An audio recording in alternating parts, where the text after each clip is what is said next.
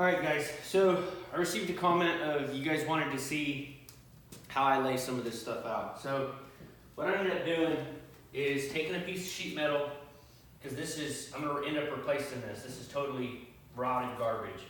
So I took a piece of sheet metal and I traced the outside of the existing fender to get this arc. What I ended up doing, I got this arc.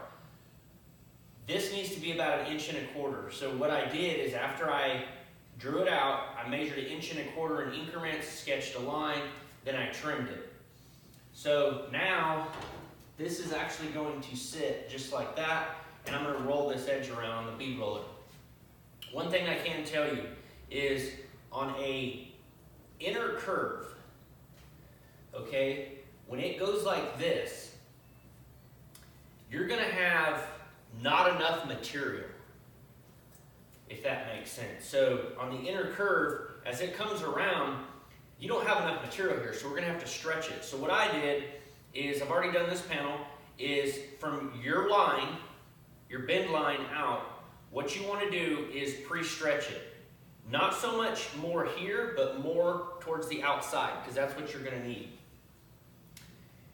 I could go more, that's why you can see the panel's kind of distorted. I could go more, but its preference is trial and error. When I go to bend this with the tipping die and the bead roller, you'll see if it goes kind of with an arc in it, in the flat panel that I need flat, then that's when I knew I should have needed more stretching, which I can go back to the shrinker and the stretcher and do that. But if you get it dead on, I mean, it's one of those deals that you'll be lucky if you use the English wheel, do 5, 6, 8, 10 passes, go over there, roll it, and it just turns out perfect.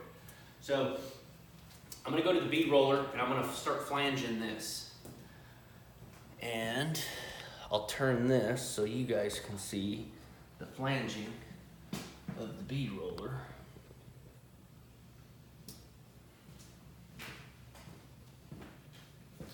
And if you wanted to, you could, if you don't have an English wheel but you have a shrinker stretcher, is you could very lightly but be consistent, is stretch more on the outside and less into your line. And you could do it before you even start. So the only problem is going to get wavy, which could distort your line. So what I'm going to do, I'm just going to go with my English wheel the way I did it.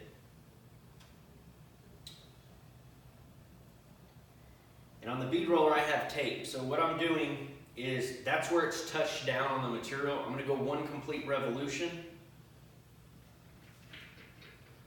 And I'm going to leave it right there. That's where I'm just going to keep running that same pressure. So to tip this, we're going to kind of apply pressure underneath. We're going to fold it up. And we're going to make multiple passes. So as you can see, I've got my hand underneath. I've got it lifted up where I want it. Now the biggest deal and concern is to stay at that angle. 90% of the time you can't. You tend to fall off running through. But it's not a big deal. That's what the shrinker stretcher will come back for.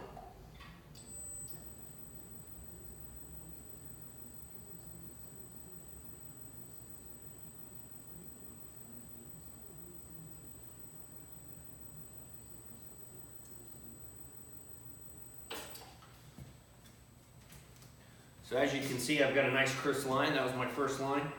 That's going to match what's on the car. Now I've just got to keep folding.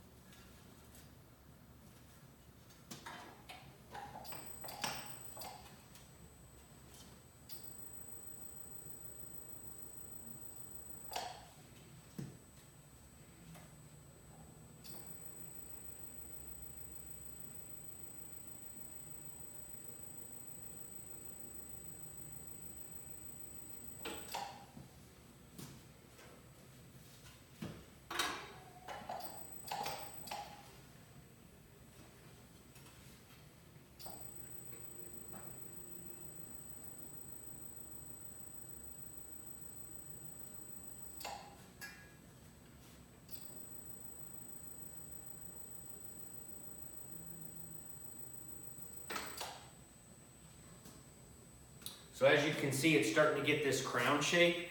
That's what we don't want. So if I wanted to, and what I'm gonna do, I'm gonna go over to the shrinker stretcher. I'm gonna pre-stretch this again. So I'm gonna open it back up, get it back flat. I'll probably have to do it again, but I'm just trying to maintain a flat, level plane.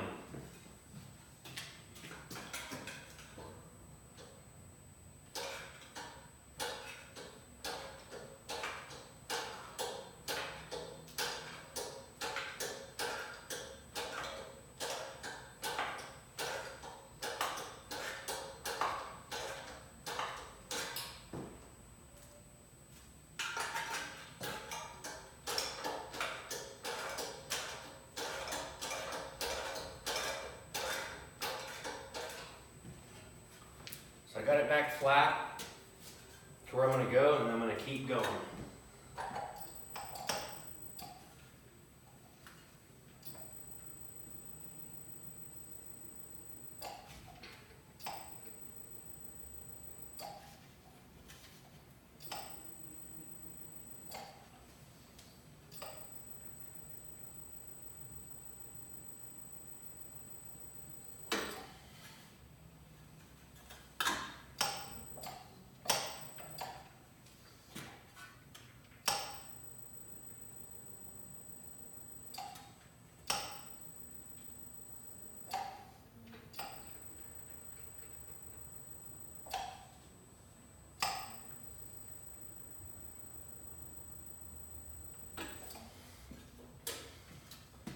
So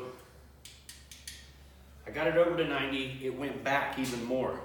I'm gonna go over there to the stretcher, open it back up so it remains flat.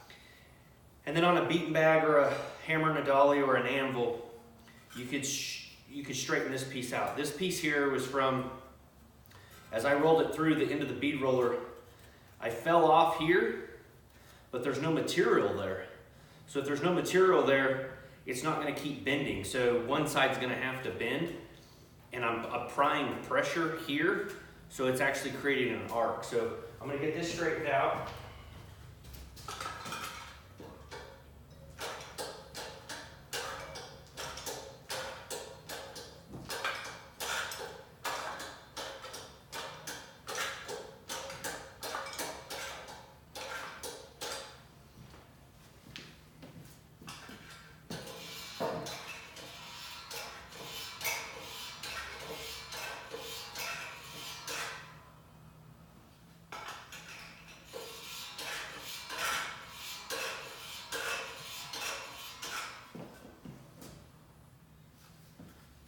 Okay, so I got it pretty close.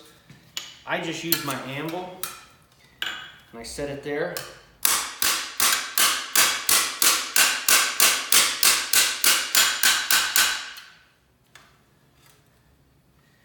And you can get that edge, this edge here, to get fixed. But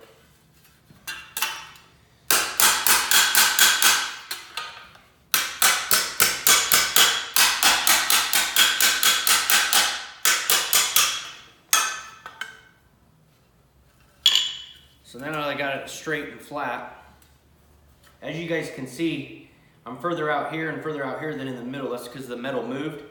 So my final deal before it goes on the car, I'll scribe off this edge when I know I'm flat. I'll scribe a line back here and cut it, and then it'll look perfectly true. So I'm gonna point it over now so you guys could see the car. And then, so what's gonna happen is now that I got this piece somewhat made, need to do a little, I mean, you could justify it by looking at it. You might need to, like this is kind of flanged out, so I'll have to hammer and dolly that and get it to fold it over more.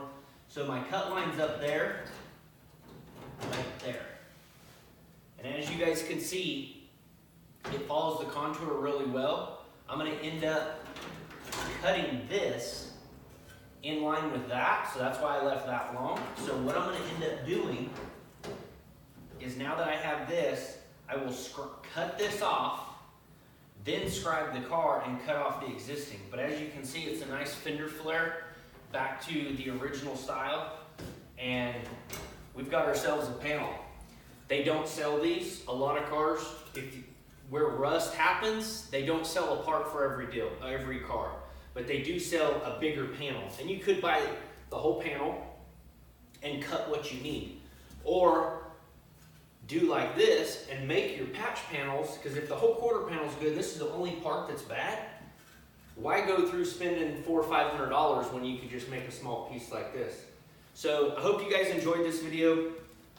It kind of gave you guys a point of layout and stuff like that, but I'm gonna fine tune this some more, and then I'll get this cut off and I'll cap it on there, and then I'll get it all welded in and stuff, and then I'll show you guys the finished product.